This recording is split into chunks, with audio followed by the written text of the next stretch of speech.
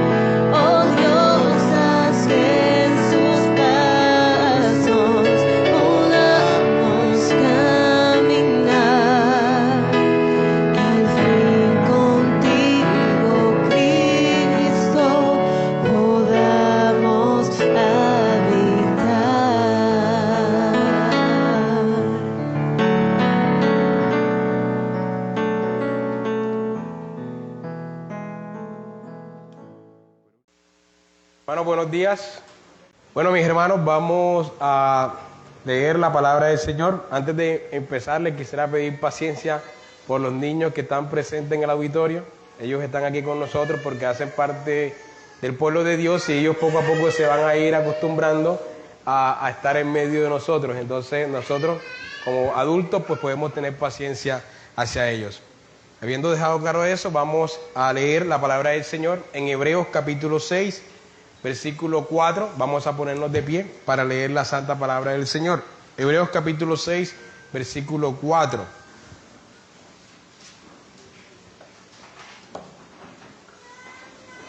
Hebreos 6, 4 dice la santa palabra de nuestro Señor. Porque es imposible que los que una vez fueron iluminados y gustaron del don celestial y fueron hechos partícipes del Espíritu Santo, y asimismo gustaron de la buena palabra de Dios y de los poderes del siglo venidero, y recayeron, sean otra vez renovados para arrepentimiento, crucificando de nuevo para sí mismo al Hijo de Dios y exponiéndole al vituperio. Porque la tierra que bebe la lluvia que muchas veces cae sobre ella y produce hierba provechosa, a aquellos por las cuales es labrada recibe bendición de Dios. Pero la que produce espinos y abrojos es reprobada, está próxima a ser maldecida y su fin es el ser quemada.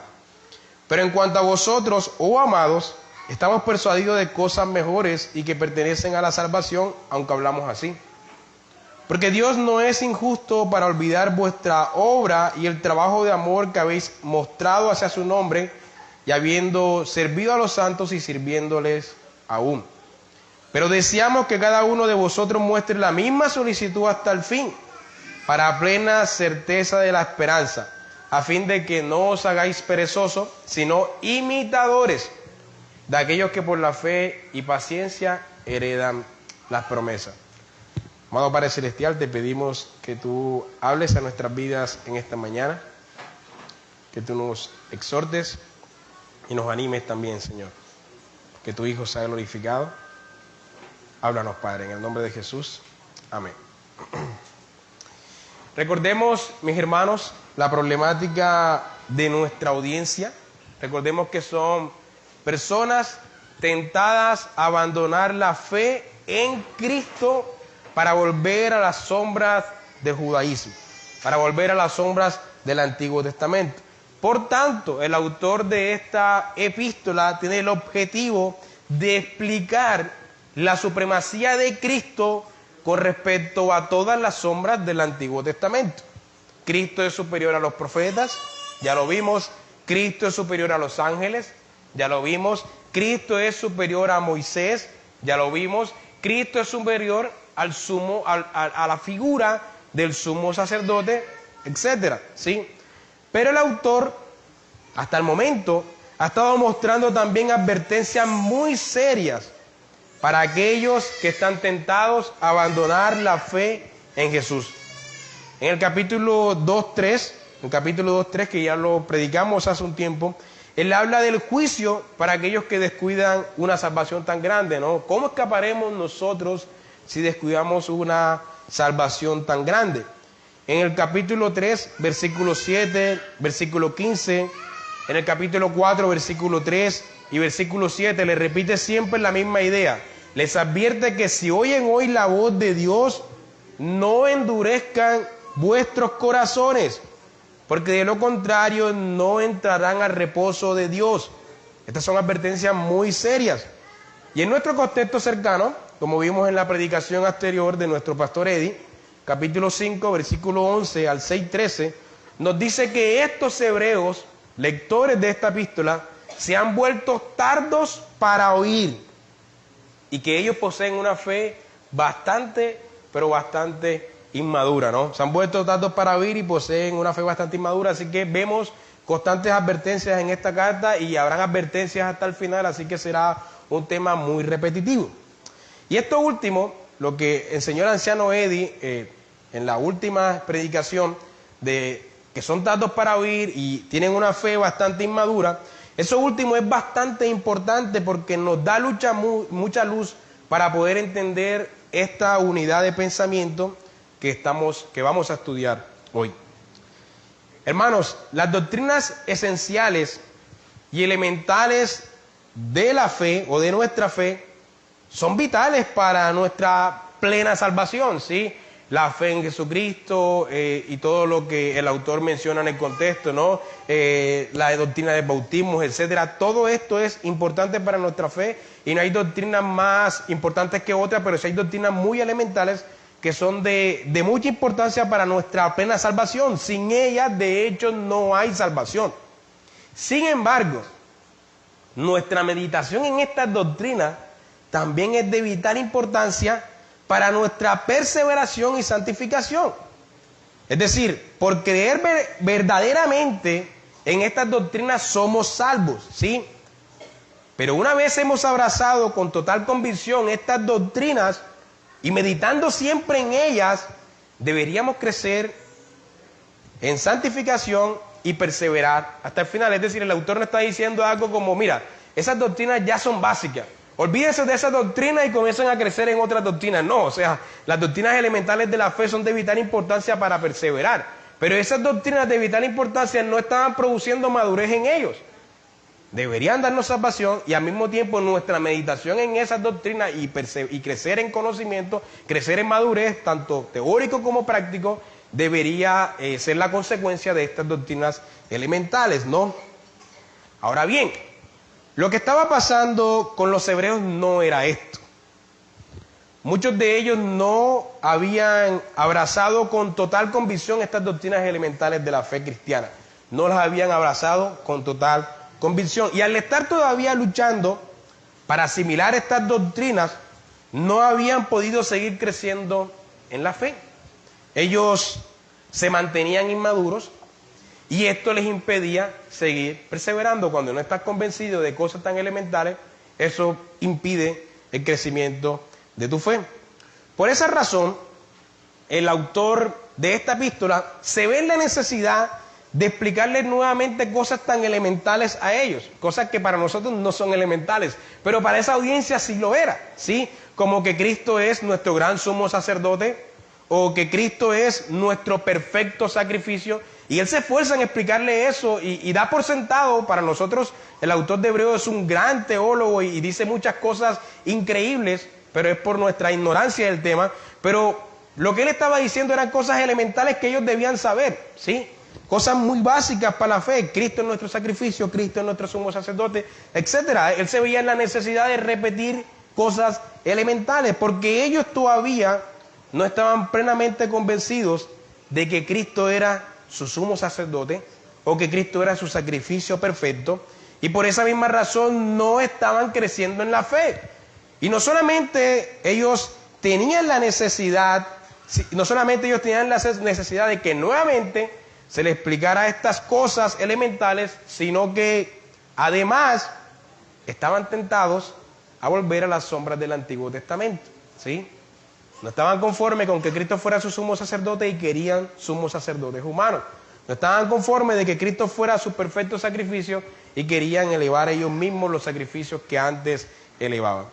Bueno, habiendo hecho esta introducción, vamos a ver esta predicación que he titulado Perseverando en Esperanza, en dos puntos bastante sencillos que aparecen en el texto de forma natural. El primer punto son advertencias serias y el segundo punto es esperanza firme. Advertencias serias y esperanza firme. Entonces leamos los versículos 4 al 8 de nuestro primer punto. Dice: porque es imposible, hermanos, porque es imposible que los que una vez fueron iluminados y gustaron del don celestial y fueron hechos partícipes del Espíritu Santo, y asimismo gustaron de la buena palabra de Dios y de los poderes del siglo venidero, y recayeron, sean otra vez renovados para arrepentimiento, crucificando de nuevo para sí mismo al Hijo de Dios y exponiéndole al vituperio. Porque la tierra que bebe la lluvia, que muchas veces cae sobre ella, y produce hierba provechosa a aquellos por los cuales es labrada, recibe bendición de Dios. Pero la que produce espinos y abrojos es reprobada. Está próxima a ser maldecida y su fin es el ser quemada. Bueno, hay tres maneras de entender este pasaje. Están aquellas personas que dicen la salvación se pierde. Mira, eso está claro. La salvación se pierde. Algunas personas fueron iluminadas, fueron partícipes del don del Espíritu Santo, es decir, de la salvación, recibieron el don celestial, gustaron de la buena palabra, la salvación se pierde. Esa es una posición interpretativa de este pasaje.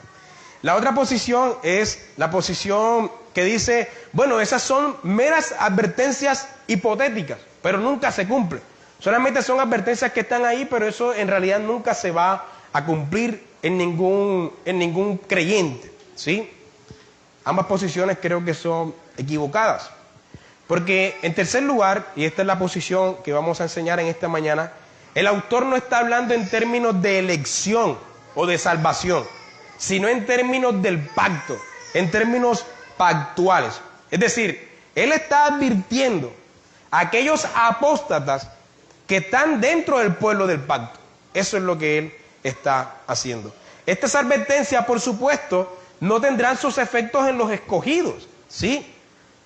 Salvo ayudarles a perseverar. Pero no son advertencias hipotéticas, porque sí tendrán un efecto de sanción en los apóstatas que están dentro del pueblo del pacto. Ahora bien, ¿qué es un apóstata? ¿Cuál es la diferencia entre un apóstata y creyentes apartados? Porque no todo creyente apartado es un apóstata, ¿sí?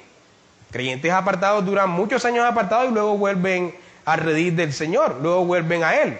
Entonces, pero el apóstata, el pasaje dice que es imposible que sean renovados nuevamente para el arrepentimiento, ¿no?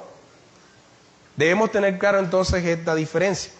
La apostasía es negar pública, completa y permanentemente a Cristo. No solo prácticamente, sino teóricamente. Mientras que los creyentes apartados, en cambio, se apartan temporalmente, no como lo hacen permanentemente los apóstatas, negan a Cristo pública, pero parcialmente, ¿sí? Se apartan temporalmente y niegan a Cristo pública, pero parcialmente y no totalmente como lo hacen los apóstatas. Pero no dejan de creer en Cristo. Lo hacen de forma práctica, pero no de forma teórica. Un ejemplo, un creyente apartado es un creyente que puede cauterizar su conciencia, puede entristecer al espíritu y puede vivir durante mucho tiempo en el pecado, pero él sabe que Cristo es Dios. Él sabe que Dios existe. Él sabe que el Dios es el Dios trino.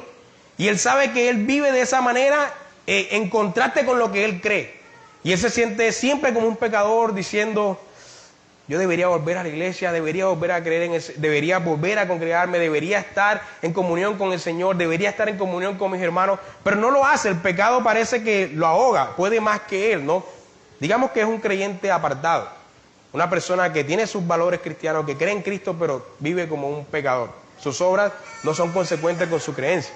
Mientras que los apóstatas son aquellos que se apartan de Cristo para negarle totalmente, es decir, aquellos que se apartan de Cristo y luego se vuelven ateos, luego se vuelven liberales, luego se vuelven enemigos de la iglesia y comienzan a decir que Cristo es un tonto, que Cristo es un pendejo, porque yo los he leído, y comienzan a decir todas esas cosas. Estas personas han cometido una gran apostasía. Se apartan de Cristo para luego negarse y luego se avalanchan contra Cristo y sobre el Evangelio. Realmente estas personas es muy difícil, imposible, como dice el pasaje, que luego sean renovadas para el arrepentimiento. Está clara la diferencia entre un apóstata y un creyente apartado, ¿no? Eso era básicamente lo que estaban tentados a hacer los judíos. Al querer sacrificar animales, iban a negar a Cristo explícitamente, es decir, iban a decir que Cristo no es suficiente, ¿sí? Bueno, ahora veamos lo que el pasaje dice, cuál es el contenido del pasaje. Dice que fueron iluminados. Estos apóstatas o estos que están siendo tentados a apartarse fueron iluminados. ¿Qué significa fueron iluminados?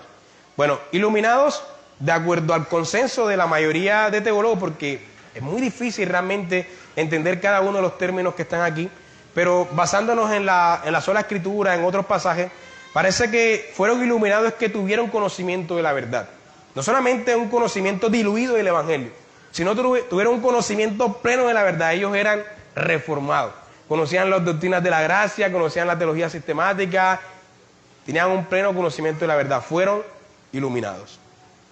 Gustaron del don celestial, y aquí es donde hay, cierto debate, porque algunos dicen una cosa, otros dicen otra. Por ejemplo, algunos teólogos dicen que esto es simplemente sinónimo de ser iluminado, personas que han recibido el conocimiento de la verdad.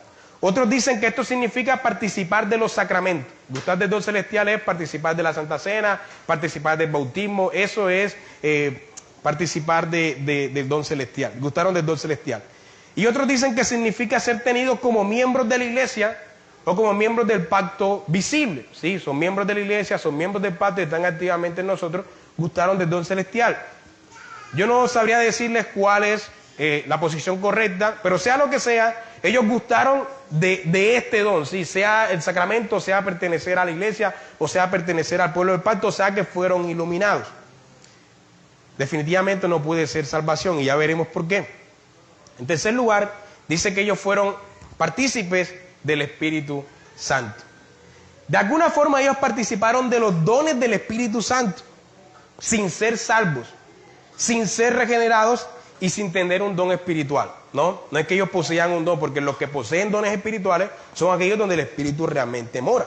Entonces, ¿de qué manera ellos participaron del Espíritu Santo? Bueno, posiblemente recibieron una sanidad, ¿sí? Sabemos que personas que reciben una sanidad no necesariamente son salvos.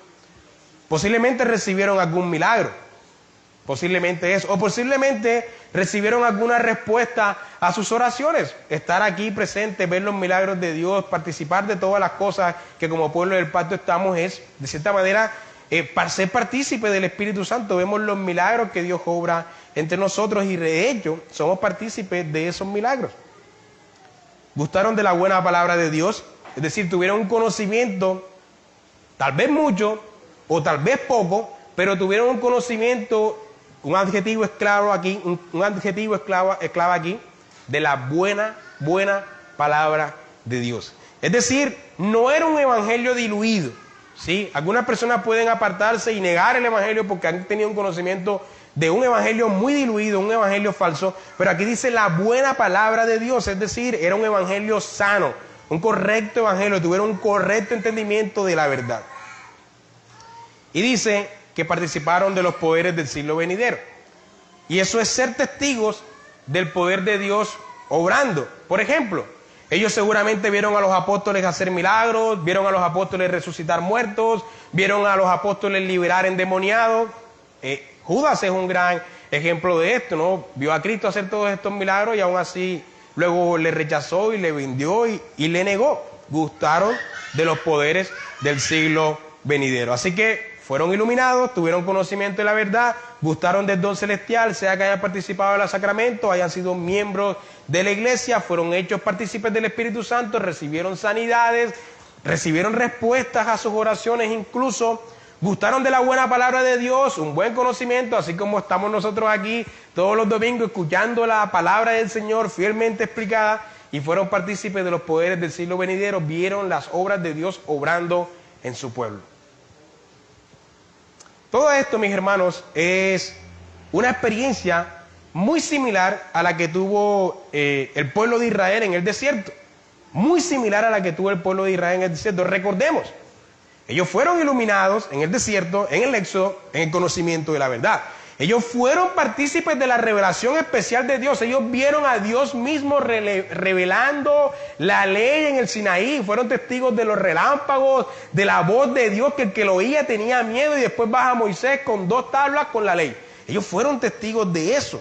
Fueron partícipes de la revelación de Dios, participaron de los sacramentos, recibieron la circuncisión, comieron la Pascua, fueron tenidos como miembros del pacto, como miembros de la iglesia del Antiguo Testamento, es decir, miembros del pueblo de Israel.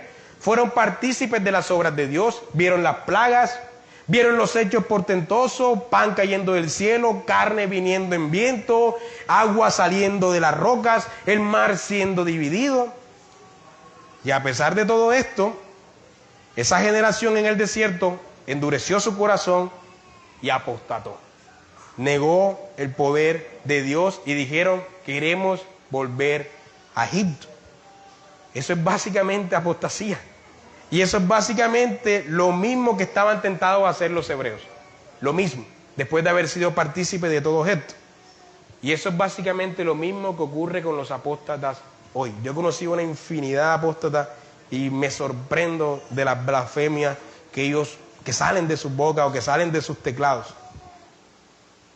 Y noten lo que dice el pasaje: es imposible. ¿Qué es imposible? Que esto sea renovado para arrepentimiento. Para mí, después de leer este pasaje, y he estado meditando mucho tiempo en este pasaje, porque a veces estas personas que se apartan y que luego vienen y se avalanchan contra Cristo y comienzan a blasfemar de Él después de haber tenido un conocimiento de la verdad, a veces yo quisiera como orar por ellos para que Dios les diera arrepentimiento, pero después digo, yo debería orar por eso hacia estas personas, o debería orar por juicio hacia ellos, porque el pasaje me dice básicamente que es imposible que sean renovados para arrepentimiento, y si alguno viene arrepintiéndose, posiblemente es con un interés económico, o con algún interés de sacar algún beneficio del pueblo de Dios, no con el engañar a la gente. Pero el pasaje me dice eso, es imposible que sean renovados para el arrepentimiento. ¿Por qué esto es imposible? Porque si una persona después de haber conocido y creído lo esencial y lo elemental de la fe, luego viene y lo rechaza activamente, es imposible que luego el mismo evangelio pueda convencerlo. Es que no hay dos evangelios. Si ellos creyeron en el sacrificio de Cristo y luego lo rechazaron, es imposible que puedan creer en ese mismo sacrificio nuevamente. No hay otro sacrificio. No hay dos evangelios. Si lo rechazaron una vez conscientemente, después de haber entendido plenamente lo que ese sacrificio significaba, y después dijeron no hubo ningún sacrificio, Cristo no existió, Cristo fue un personaje histórico, murió y robaron su cuerpo, o lo que estaban tentados a hacer los hebreos, levantar nuevamente el sacrificio, negando lo que Cristo realmente había hecho, no hay forma de volverlos a convencer. Si una persona creía en Cristo, predicaba su palabra por las calles, y luego se vuelve ateo, negando activamente lo que antes creía, llamando a Cristo pendejo, loco o tonto, es imposible que el mismo evangelio que antes creía nuevamente lo convenza. Es que no hay otro evangelio que se le pueda presentar para convencerlo.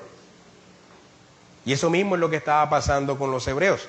Ellos habían creído en el evangelio de Cristo, habían dejado de sacrificar animales, habían dejado de adorar en el templo, habían dejado de tener sumos sacerdotes y de repente querían volver a esas prácticas. El volver a esas prácticas hubiese significado negar la suficiencia del sacrificio de Cristo.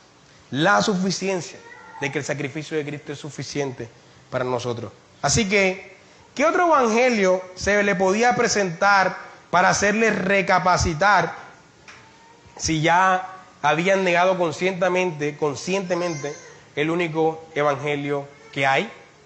Y noten lo que dice el versículo 7. El versículo 7 nos ilumina mucho para poder entender estas advertencias y para decirnos, no está hablando aquí de salvación. Versículo 7, porque la tierra que bebe la lluvia que muchas veces cae sobre ella y produce hierba provechosa a aquellos que por las cuales es labrada, recibe la bendición de Dios. Pero la que produce espinos y abrojos es reprobada. Está próxima a ser maldecida y su fin es el ser quemada. Esto es una referencia ¿a qué parábola, mis hermanos? La parábola del sembrador, ¿no? Pero en la parábola del sembrador el Señor Jesucristo es muy específico. Habla de 4 terrenos: los que creen y se apartan, los creyentes emocionales, los que de una vez lo rechazan y los que sí es en una buena tierra. Habla de 4 diferentes terrenos. Pero en últimas no hay 4 terrenos. Solo hay 2 terrenos: el terreno bueno y el terreno malo. El terreno que persevera y el terreno que no persevera. El terreno que alcanza madurez y el terreno inmaduro, que nunca avanza. El terreno que encuentra su llenura en Dios y el terreno que se llena en otras cosas. Un terreno malo, a pesar que durante mucho tiempo parezca dar buenos frutos, entre comillas, en últimas apostatará, porque es malo, porque es un terreno malo. Y un terreno bueno, a pesar de que por un tiempo se aparte, volverá y dará buenos frutos, porque es un terreno bueno, ¿sí? Así que noten que el pasaje no está diciendo que terrenos pasan de ser buenos a ser malos de un día para otro. Un terreno bueno se convierte en malo o un terreno malo se convierte en bueno. No, el terreno malo siempre es malo y el terreno bueno siempre es bueno, ¿sí? Por lo tanto, las advertencias anteriores no significan que alguien pueda perder su salvación, porque es que siempre fue un terreno malo, nunca la tuvo. Las advertencias y sanciones tienen sus efectos únicamente en la tierra mala que está en medio del pueblo del pacto. Mis hermanos, esto nos muestra que nadie es salvo únicamente por profesión de fe o por asistir a la iglesia. Nadie es salvo por eso. Los apóstatas, la tierra mala, también profesaron fe. También asistían a la congregación. De igual manera, nadie es salvo por recibir un milagro o por creer que a través de ti se hacen milagros. Una buena señal de que alguien es salvo es lo que dice el pasaje, que persevera. Persevera en luchar contra su pecado. Persevera en luchar contra el mundo. Persevera en la lucha contra Satanás. Esa es una buena señal de que alguien es salvo. Y esto es lo que ha dicho el autor de Hebreos en el capítulo 3, versículo 6, la perseverancia en Cristo, si es que verdaderamente somos salvos. Después lo dice en el versículo 14, capítulo 3, versículo 14, y después lo dice en este mismo pasaje, en los versículos 11 y 12, cuando dice que no seáis perezosos, sino imitadores de aquellos que por la fe y paciencia, la palabra paciencia ahí es la palabra perseverar, sino que en el griego, paciencia y perseverar son una misma palabra. Porque quien persevera lo hace pacientemente y quien es paciente persevera. Son como dos palabras, nosotros lo dividimos de esa manera, paciencia y perseverancia, pero en el griego es un solo significado, perseverar pacientemente. Por otra parte, mis hermanos, yo he estado en consejería con personas que se han apartado de la fe, pero no han cometido apostasía, y al leer este pasaje, creen que ya no hay perdón para ellos. Yo les digo, sí hay perdón para ti, arrepiéntate y vuelva al camino. También he estado en consejerías con creyentes que están perseverando en la fe, pero cometieron algún pecado escandaloso y luego se desesperan cuando leen este pasaje pensando que ya no hay más perdón para ellos. De hecho, hace como 7 años pasé por una crisis de pánico al leer ese pasaje. Y también he estado en consejería con creyentes que perseveran en la ley, y que todavía no han cometido ningún pecado, ni se han apartado, sí, de forma futura, pero están pensando que luego no habrá un segundo perdón para ellos. Yo no quiero, y comienzan a tener un temor de que, ay, no vaya a ser que yo haga esto y ya no hay un segundo perdón para mí. Esto me recuerda a lo que creía Tertuliano. Tertuliano era un padre de la iglesia, siglo IV, y fue la excepción a la regla en la iglesia primitiva. Toda la iglesia primitiva bautizaba a sus niños, de continuo, desde los apóstoles hasta el siglo XV. Pero hay una excepción a la regla es Tertuliano. Pero Tertuliano no era credo bautista, es decir, no es que creía que solamente se debían bautizar los adultos, sino que Tertuliano tenía una teología muy particular. Tertuliano creía que después de bautizarse no se podía pecar. Si alguien se bautiza y peca, listo, perdió la salvación, no puede pecar después de bautizarse. Entonces eso le producía un temor a él. Y él decía, yo no me voy a bautizar, me voy a bautizar únicamente cuando yo sepa que después de bautizarme no peco más.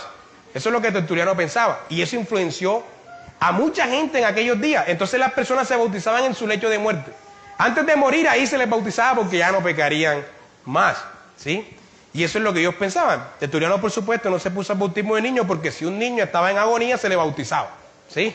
Entonces, esa era la teología de él, y esa es la teología de muchos hermanos que están pensando que si cometo este pecado luego, ya no hay segundo perdón para mí, porque por lo que el pasaje está diciendo, ¿no? Que se malinterpreta. Pero lo cierto es que después de explicarles a estos hermanos la diferencia entre un apóstata y un creyente apartado y un pecador, les explico que una buena señal de que en ellos no se cumplirán estas advertencias es justamente el tener ese temor que ellos tienen al apartarse de Dios. Les hago ver en cuenta, mira, ese temor que tienes es bueno. ¿Por qué es bueno? Porque los apóstatas se ríen de esas advertencias. Los apóstatas no se la toman en serio. Ese temor que ellos tienen a que esas advertencias se cumplan en sus vidas es una buena señal de que ellos van a perseverar. Porque la realidad es que los apóstatas, como les dije, no se toman en serio estas advertencias. Los apóstatas lo que se van a hacer es a reírse de estas advertencias. Estas advertencias permiten que el verdadero creyente persevere y condenan al falso creyente. Tenemos que tener claro, mis hermanos, que estas advertencias debemos tomárnoslas muy en serio, pero no desesperadamente y no sin esperanza. Tomarse las cosas en serio no es desesperarnos en esa lucha, ¿no? Como ocurre con muchos hermanos. Y esto nos conduce a nuestro segundo punto, una esperanza firme. Versículo 9 al 12. Pero en cuanto a vosotros, oh amados, hermanos, en cuanto a ustedes y en cuanto a mí, estamos persuadidos de cosas mejores y que pertenecen a la salvación, aunque hablamos así. El autor sabía que estaba hablando duramente. Porque Dios no es injusto para olvidar vuestra obra y el trabajo de amor que habéis mostrado hacia su nombre, habiéndoles servido a los santos y sirviéndoles aún. Pero deseamos que cada uno de vosotros muestre la perseverancia, la misma solicitud hasta el final, para plena certeza de la esperanza, a fin de que no os hagáis perezosos, sino imitadores de aquellos que por la fe y paciencia y perseverancia heredan las promesas. El versículo 9 es bastante ilustrativo porque, mis hermanos, aunque estemos hablando fuertemente así en esta mañana, esto no lo hacemos para condenarles o para meterles miedo, para meterles pánico, sino para que sean exhortados a tomarse estas advertencias de una forma seria, con seriedad, pero sin pánico, con seriedad, pero sin desesperos, con seriedad, pero no sin esperanza.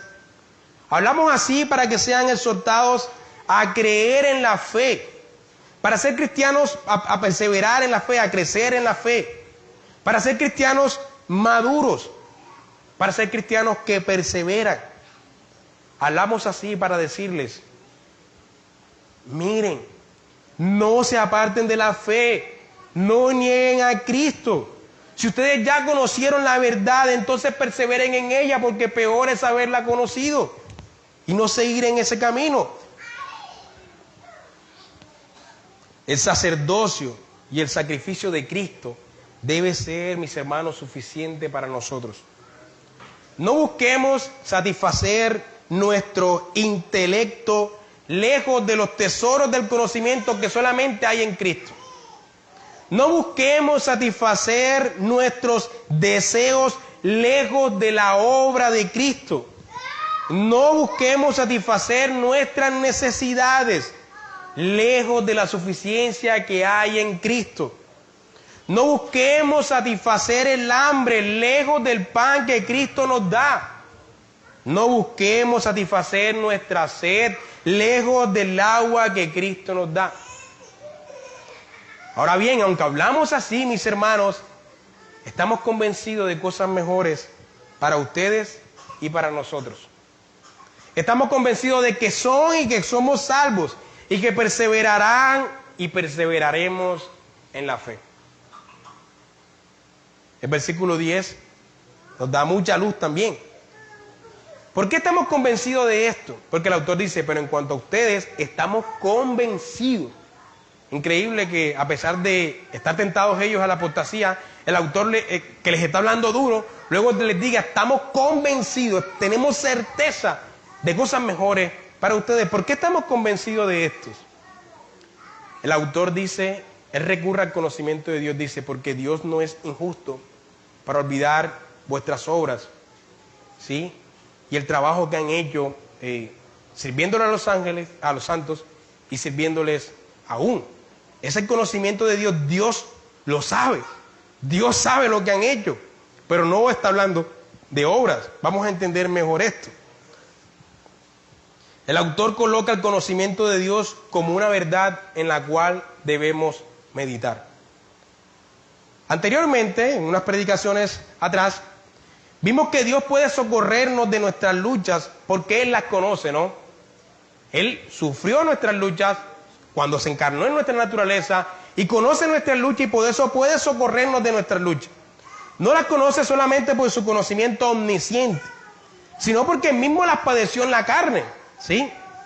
Él tomó nuestra naturaleza y fue tentado en todo, padeciendo y sufriendo todas nuestras luchas.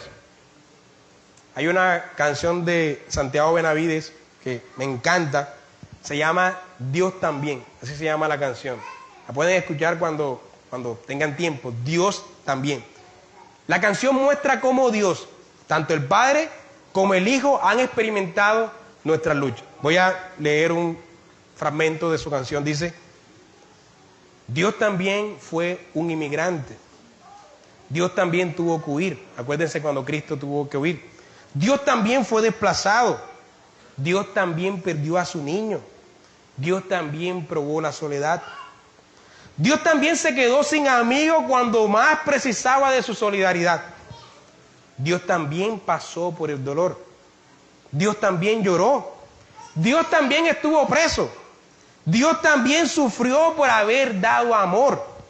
Dios también fue criticado por no lanzar la piedra y optar por el perdón. Dios también fue un cónyuge engañado. Nosotros la iglesia le somos infieles. Dios también fue un niño marginado. Dios también fue un joven rechazado. Dios también tuvo hijos descarriados, ¿no? Ahora bien, el autor de Hebreos no solo quiere que recordemos eso, que Dios se compadece de nosotros y nos socorre porque tuvo nuestras luchas, las conoce, sino que también sepamos que Dios conoce y no se olvida de nuestras obras. Dios no es injusto. Déjenme explicar esto mejor. Nosotros solemos sentirnos mal al saber que Dios conoce nuestros pecados, ¿no? Se los podemos ocultar a otros, pero a Dios no se los podemos ocultar. Solemos sentirnos más al saber que Dios conoce todos nuestros pecados. Por mucho que tratemos de hacer como Adán, tratando de cubrir nuestro pecado y de escondernos de Dios, estamos conscientes que Dios conoce esos pecados y esas luchas, ¿no? Y eso nos deprime. Porque decimos, aunque yo pueda ocultar estos pecados de mis semejantes, no los puedo ocultar de Dios. Dios sabe que yo tuve este mal pensamiento. Dios sabe que yo me robé esto. Dios sabe que yo odio a fulanito. Dios sabe que yo hice esto. Y Dios lo sabe. Y esos pensamientos a muchos les conducen a apartarse de Dios porque se sienten hipócritas. Y razonan que ya no pueden ocultar esos pecados ante un Dios santo y omnisciente. Ya que tienen esos pecados, ellos razonan, es mejor apartarse y dejar de engañarse a uno mismo con algo que uno no es, ¿sí? Sin embargo, el autor quiere dar razones de forma contraria. Sí, mi hermano, Dios sabe que tú cometiste ese pecado, pero Dios también sabe que tú estás luchando contra ese pecado. Sí, hermano, Dios sabe que te cuesta orar, pero Dios también sabe que estás luchando por orar. Sí, mi hermano, Dios sabe que tienes problemas en tu matrimonio, pero Dios también sabe que estás tratando de arreglar la situación. Dios sabe que tuviste ese mal pensamiento, pero Dios también sabe que estás luchando con esos pensamientos. Dios sabe que hablaste mal de tu prójimo, pero Dios también sabe que después te sentiste mal como el peor pecador por haberlo hecho. Dios sabe que te cuesta educar a tus hijos en su temor. Dios sabe que te cuesta hacer los devocionales en casa, pero Dios sabe que es tu deseo hacerlo y que estás luchando por hacerlo. Dios sabe que tienes esas luchas sexuales, pero Dios también sabe que esas luchas te avergüenzan, ¿sí? Dios sabe que esas luchas te avergüenzan ante Él y que no quieres seguir teniéndolas. Dios sabe que tuviste tentada a abortar, pero que no lo hiciste. Dios sabe que quisiste robar, pero que no lo hiciste. Dios sabe que tienes dudas en tu fe, ¿sí? Pero que tú quieres que desaparezcan. Dios sabe que tienes dudas en tu fe, pero que aún así obras conforme a su ley. Dios sabe que te cuesta obedecer permanentemente o plenamente, pero que amas a los santos y les sirves. Pero no porque pienses que este servicio te va a salvar, sino porque amas a tus hermanos y sabes que es tu deber servirle. Es decir, mis hermanos, cuando pensemos en el conocimiento de Dios, no lo pensemos solamente para mal. Pensemos que Dios también sabe cómo luchamos contra esas cosas. Y solemos hacerlo a lo contrario. Pensamos en el conocimiento de Dios para condenarnos. Y no pensamos en el conocimiento de Dios, de que Dios también sabe que estamos luchando contra eso. Y Dios lo sabe. Y Dios te va a socorrer ahí. Así que, mi hermano, Dios conoce tus luchas. No solo porque Él las vivió, se encarnó, sino que ahora el autor pasa a mostrarnos la omnisciencia de Dios como un motivo para escondernos, para refugiarnos, para animarnos. Dios también es omnisciente y sabe que estás luchando contra esas cosas. Dios lo sabe y Dios te ayudará. Y debemos consolarnos con eso. Dios no es como los dioses de los paganos, que desconocen las luchas de los hombres, totalmente indiferentes a la humanidad, totalmente indiferentes a las luchas que los hombres tienen. No, sino que Él las conoce plenamente e incluso las tomó encarnándose, tomó nuestro sufrimiento, tomó nuestras luchas y nos socorre en medio de ellas. Ahora bien, por el contrario, mi hermano, si no estás luchando contra todas estas cosas, sino que te estás deleitando en el mal, Dios también lo sabe. Y por eso hoy te dice, arrepiéntete. Si oyes hoy su voz, mi hermano, no endurezcas tu corazón. Porque si sigues así, terminarás apostatando y no entrarás en el reposo. Por esa razón en el versículo 11 y 12, el autor exhorta a perseverar, a que mostremos la misma solicitud hasta el final, a que hallemos en Cristo nuestra suficiencia, a que veamos que Cristo es nuestro gran sumo sacerdote y el sacrificio perfecto por nuestro pecado, por nuestros pecados. Todo esto nos va a dar plena certeza de la esperanza. Si estás perseverando, eso debería darte plena certeza de la esperanza. No seamos perezosos, mis hermanos. No seamos perezosos en la lucha contra el pecado, contra el mundo y contra Satanás. Tómate en serio esto. Más bien, veamos los ejemplos de fe y de perseverancia que tenemos en las Escrituras. Abraham, perseverando. Josué, perseverando. El caso de José es bastante particular, ¿no? José tenía todos los motivos para no creer en Dios. José tenía todos los motivos para dudar de la fidelidad de Dios. José tenía todos los motivos para decir, ese Dios de mi padre no existe. Esas promesas son falsas. Sus hermanos lo vendieron en esclavitud. Imagínense la angustia que tuvo que sentir en medio de esa esclavitud, siendo llevado esclavo por hombres desconocidos, alejándose de su padre y de sus hermanos. ¿Cómo se tuvo que haber sentido José? Va, tiene suerte, lo venden a la casa de un hombre prominente en Egipto y luego viene la mujer y quiere acostarse con él. Y él, siendo fiel a Dios, dice, no lo voy a hacer. Y por ser fiel, termina ¿dónde? En la cárcel. ¿Qué hubiese pensado yo en ese momento? Me pongo en su situación, ¿no? Y sin embargo, ya en la cárcel, conoció a los coperos del rey, del faraón.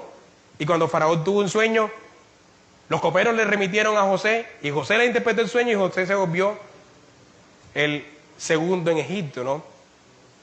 Entonces, todas esas luchas contra el mundo, básicamente, no eran ni siquiera contra su pecado, contra Satanás, José perseveró en medio de ellas, ¿no? Y recibió un galardón increíble, ¿sí? Entonces, tenemos el caso de Abraham, tenemos el caso de Josué, tenemos el caso de José, de David, Elías. Esto no quiere decir que estos no fueran pecadores, fueron pecadores. David mató a Urías Eteo para acostarse con su mujer.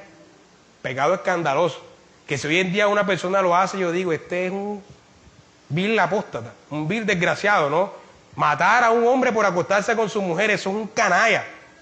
Y aún así, David perseveró en medio de su pecado. Y creo que ninguno ha llegado a un pecado de esa magnitud. Así que tal vez nosotros no estamos en el contexto judío del primer siglo y nos parezca algo tonto el estar tentados a abandonar a Cristo para volver a sacrificar animales. ¿Quién quiere sacrificar un animal hoy día? Pero eso era una tentación para ellos. Tal vez nos parezca tonto abandonar a Cristo para montar un sistema de sumos sacerdotes y un templo donde adorar. ¿Quién quiere hacer eso? Ninguno de nosotros. Eso nos parece ridículo y tonto, pero no era así para ellos, ¿sí? Pero nosotros tenemos nuestras propias luchas, diferentes. Nosotros vivimos en tiempos oscuros. Hoy más que nunca Occidente, Europa, América se han apartado del cristianismo. Hoy más que nunca hay un éxodo en nuestras iglesias. Las iglesias en Estados Unidos, las iglesias en Europa están vacías. Lo único que hay son museos. Las iglesias se convirtieron en museos. Las personas se fueron de las iglesias. La apostasía es el pan de cada día. Los hombres abandonan el cristianismo por ir tras filosofías huecas. Los hombres se deleitan leyendo a Marx, se deleitan leyendo a Freud, a Nietzsche, a Aristóteles, a Darwin, etc. Y abandonan a aquel que posee todas las riquezas del conocimiento, a Cristo.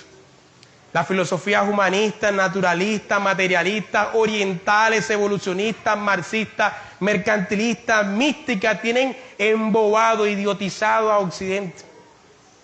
Están invadiendo el pensamiento de la humanidad a través de los medios de comunicación, a través de las universidades, a través del colegio.